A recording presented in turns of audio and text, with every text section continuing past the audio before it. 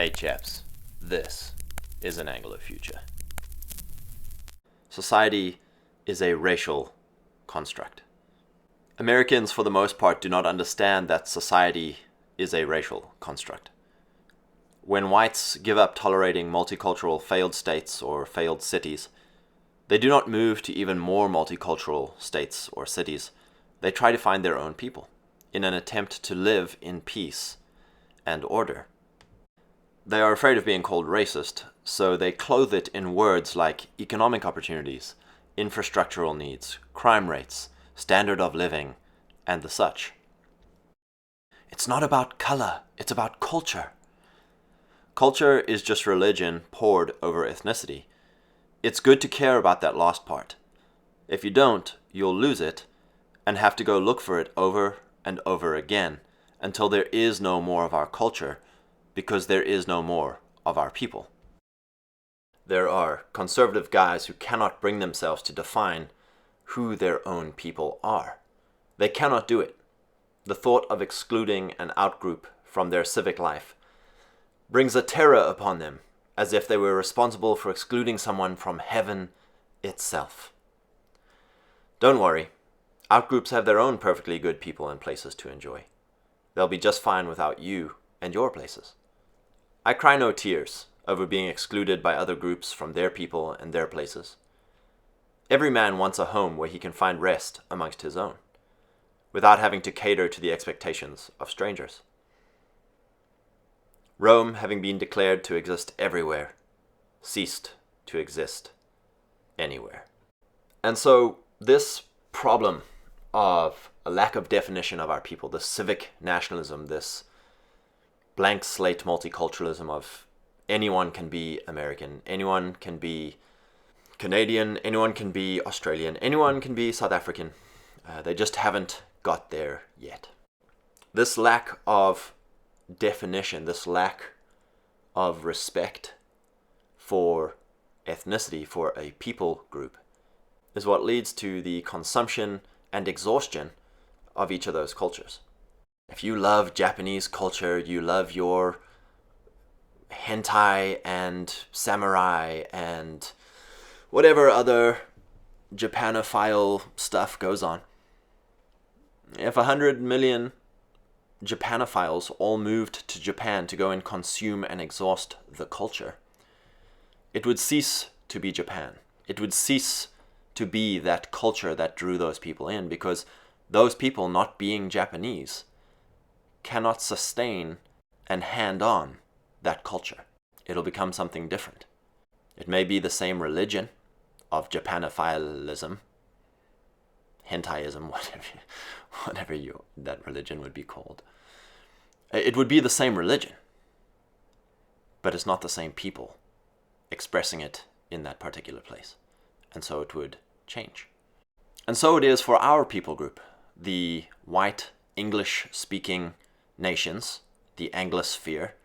We are all particular and unique to our places. The Canadian, different to the South African, different to the Australian, different to the New Zealander, different to the Rhodesian, different to the many regions of the United States, different to the Englishman back home on perfidious Albion, good old Blighty itself. We are peculiar to our places, but we are all aligned religiously. We have a broad Protestant alignment, and we are all aligned by our language. We are English speakers. We are all aligned broadly by our heritage, our starting point. We have had time to express ourselves uniquely in our particular places, affected by the pressures of those places. So for me, I am a broad Anglo-futurist. I care very deeply for the Canadian as much as I care for the Australian, as much as I care for the New Englander or the Texan or the Natal boy. There is a broad love for these people groups because we are facing a cultural decision. Will we give up our religion, give up our people, and give up our places to serve hostile outgroups? And the answer is no. We will not. We are not leaving our religion We are not leaving our people. We are not leaving our places to the consumption and exhaustion of outside groups, hostile or not. The multi-generational reconquista has begun. We must take courage from testimonies of history, of antiquity, of cultures, which are religions poured over ethnicity, expressed in particular places over generations. We must take courage from stories of cultures who were under pressure, being driven from their lands, taken captive, whatever the case may be, in dire circumstances. And somewhere along the line, the will to start working toward a future vision, a future glory for their people and their place. Will our people serve the Lord again? Will our people live in peace and prosperity again? Will our places be beautiful again? A righteous man, a good man, leaves an inheritance to his children's children. And so, brothers, take heart. You are the genesis of culture for your children's children. We have received from our forefathers what we have received.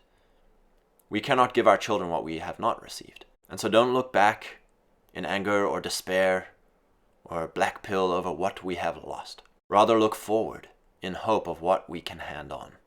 What can we build up? How can we be fruitful and multiply and hand on to our children a culture that is more obedient to Christ, a culture that is more peaceful and prosperous for our people, a culture that is more beautiful for our places. It's possible. You don't need huge scale, out of our control conceptual powers to do this. You look at the Amish, their children are going to be more Amish. Their children are going to be more of their culture than their parents were. We don't need huge, big conceptual power. That, in fact, is our excuse to not do anything. Be the meme of your culture in your life. Be the meme of your culture with your family, with your church, with your local area, with your business. Be your culture. Be obnoxiously your culture to the glory of God and to the best interests of your people and your place.